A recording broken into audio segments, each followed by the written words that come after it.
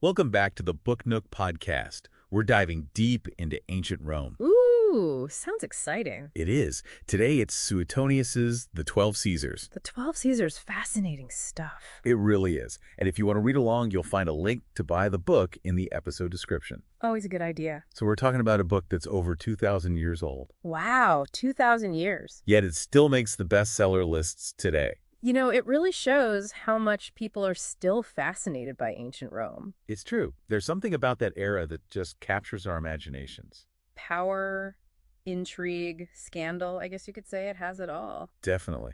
And Suetonius gives us such a unique perspective on it all. A real behind-the-scenes look at the lives of these powerful figures. But before we get into all the juicy details... All the good stuff, right? Exactly. Let's talk about Suetonius himself.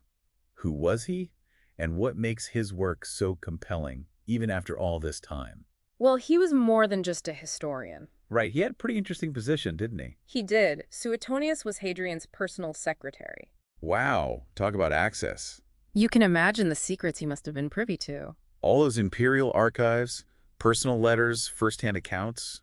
It's like he had the ultimate VIP pass to the Roman world. Absolutely. Yeah. But that also makes you wonder... What's that? How much of what he writes is actual history, and how much is, well... A little embellished. Let's just say Suetonius wasn't afraid of a good story. That's one way to put it. He even admitted to including rumors and gossip in his work. Really? He did.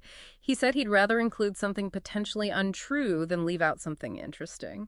So maybe we should take some of his wilder stories with a grain of salt. Probably a good idea. But even then, his work is incredibly valuable. How so? He wasn't just focused on political events. Right, he was interested in something else. He was. Suetonius was really interested in the personalities of these emperors, their quirks, their vices, the human side of power. It's like he's saying, forget the statues and the official decrees. Let me tell you what these guys were really like. Exactly, and that's what makes his work so fascinating, even today. It definitely makes you want to keep reading. So, are you ready to delve into some of the more memorable emperors Suetonius brings to life? Absolutely. Let's start with Tiberius. Yeah. What kind of picture does Suetonius paint of him?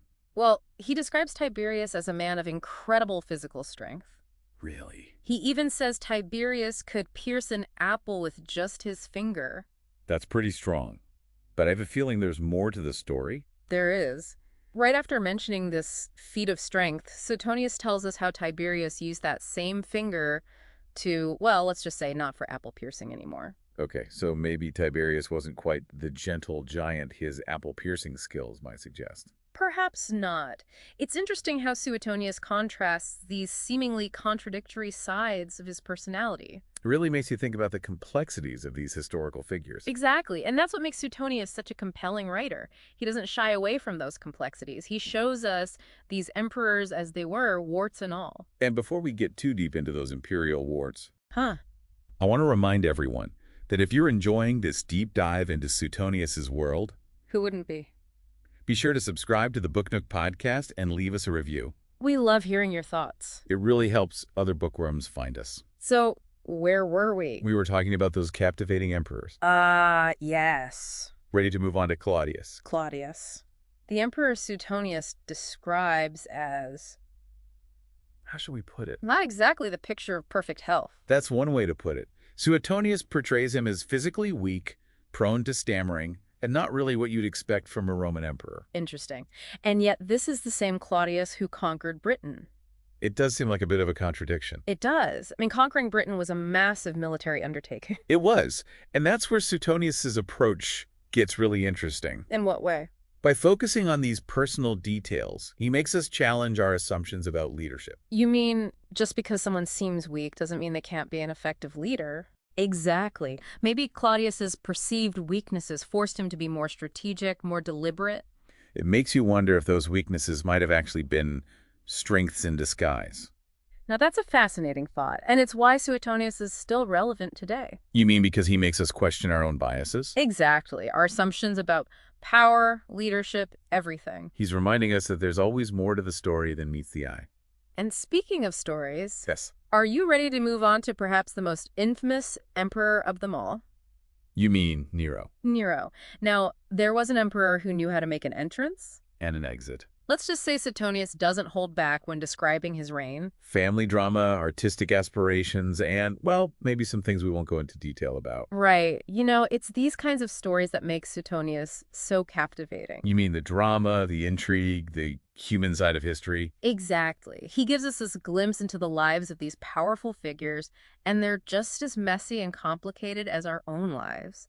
And that's something that continues to fascinate us, even centuries later. It's true. Human nature never really changes, does it? I guess not. You know, it's amazing how Suetonius weaves in all those anecdotes about the emperors Right, all those little details. into this bigger narrative about Rome. It's not just gossip, you know? Right. It's a way of understanding power, Who had it, how they used it. the people behind it all. Exactly. He had this unique biographical approach, really focusing on the individual emperors. So not just the big political events, but the people themselves. Yeah, their personalities, their little quirks. You know, it's like he's saying, if you want to understand Rome. You have to understand the people who ran it. Exactly. And he understood that human nature played a big role in how empires rise and fall. Oh, absolutely. Those human flaws, those ambitions. All of. It makes you wonder how his contemporaries saw his work, you know? Oh, that's interesting. Like, did they think he was being too gossipy, not serious enough? Think about Tacitus, another historian from the same period. Okay, Tacitus, yeah, I know him. He was known for his really serious, sometimes even dark tone. Right, he focused more on the politics and the morality of the Roman elite. And Suetonius was all about those personal lives and scandals. So it's like Tacitus gave us the official history, and Suetonius gave us the behind-the-scenes scoop. That's a great way to put it. And that's why it's so fascinating to study both of them together. You get two sides of the same coin. Exactly. Two different perspectives on the same events, which gives us a much richer picture. I love that.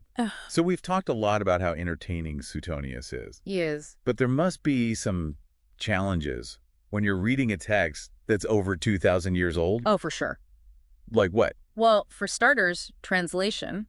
Ah, right, he wrote in Latin. And translating that, especially from some of those older English translations like Elizabethan English. Wow, that must be tough. It can be tricky. Trying to figure out what he really meant. Exactly. Then there's separating fact from fiction. Oh, right. He did admit to including rumors and hearsay. So you have to be careful not take everything as gospel truth. Like reading a tabloid from ancient Rome. You got it. You can't believe everything you read, but it sure is a fun read. It is. But even with all that, Suetonius still gives us amazing insights into these emperors' lives. Absolutely. Like his account of Caligula. Caligula, yeah. He was known for being a bit eccentric, shall we say. That might be an understatement. Suetonius tells all these stories about Caligula's supposed madness. I heard some of them. The cruelty, the lavish spending, even an alleged affair with his own sister. Wow. Now, who knows how much of that is actually true? Yeah, who can say for sure? But it paints a very vivid picture of an emperor who is both fascinating and troubled. It's those stories, the ones you almost can't believe, that make Suetonius so interesting. Exactly. They make you think critically about those historical sources, not just take everything at face value. Makes you read between the lines. You got it. And if you're enjoying this deep dive into Suetonius and ancient Rome, be sure to subscribe to the Book Nook podcast. And leave us a review. We love hearing what you think. It really helps other bookworms find us. So let's get back to those Roman emperors. There's still so much to discuss. Yes. We've got Claudius, Nero, the whole Julio-Claudian dynasty. Each with their own set of strengths and weaknesses and, well, let's be honest, some pretty crazy behavior. And Suetonius doesn't sugarcoat any of it. He gives us this raw, unfiltered look at their lives. The good and the bad. Showing both their greatness and their vulnerability. Exactly. It's a reminder that even with all their power and influence, these emperors were still human. Just like us. With the same desires, flaws, and ambitions. And that's what makes their stories so timeless, even after all these years. You know, it's really amazing how these stories from so long ago still feel relevant today. It is, isn't it? Makes you wonder what Suetonius would think of our world today. Ooh, now that's a thought. Imagine Suetonius with a Twitter account. Oh my gosh, can you imagine dissecting the lives of politicians and celebrities? With his signature mix of wit and scandal. Oh, he'd have a field day with today's headlines. Suetonius spills the tea on the latest political Twitter feud. Huh. But seriously, I think his work reminds us about something important. About power. Yeah, that no matter how much things change, it's still about people. And human nature. Exactly. Suetonius shows us that even in ancient Rome, with emperors and all that, Power was still about people. with all their flaws and He ambitions, reminds us that history isn't just about dates and events, it's about people making decisions. and sometimes those decisions, well, they weren't always the best. Especially when you've got emperors like Caligula running around. Right. But even with those crazy stories, Suetonius reminds us that these powerful figures, They were still human. they made mistakes, they had their weaknesses. And maybe that's the biggest takeaway from the 12 Caesars. I think so. It's a reminder that the past isn't really that different from the present. Yeah. We might not have emperors anymore, but we still have people in power making decisions that affect everyone. And those people are just as human as the emperors Suetonius wrote about. So if you're fascinated by ancient Rome, or just enjoy a good historical read, Be sure to check out The 12 Caesars by Suetonius. you can find a link to buy the book in our episode description. And don't forget to subscribe to the Book Nook podcast for more deep dives into fascinating books. And leave us a review. We love hearing from you. Thanks for listening to the Book Nook podcast. And be sure to check the link in the description to get your own copy of The 12 Caesars.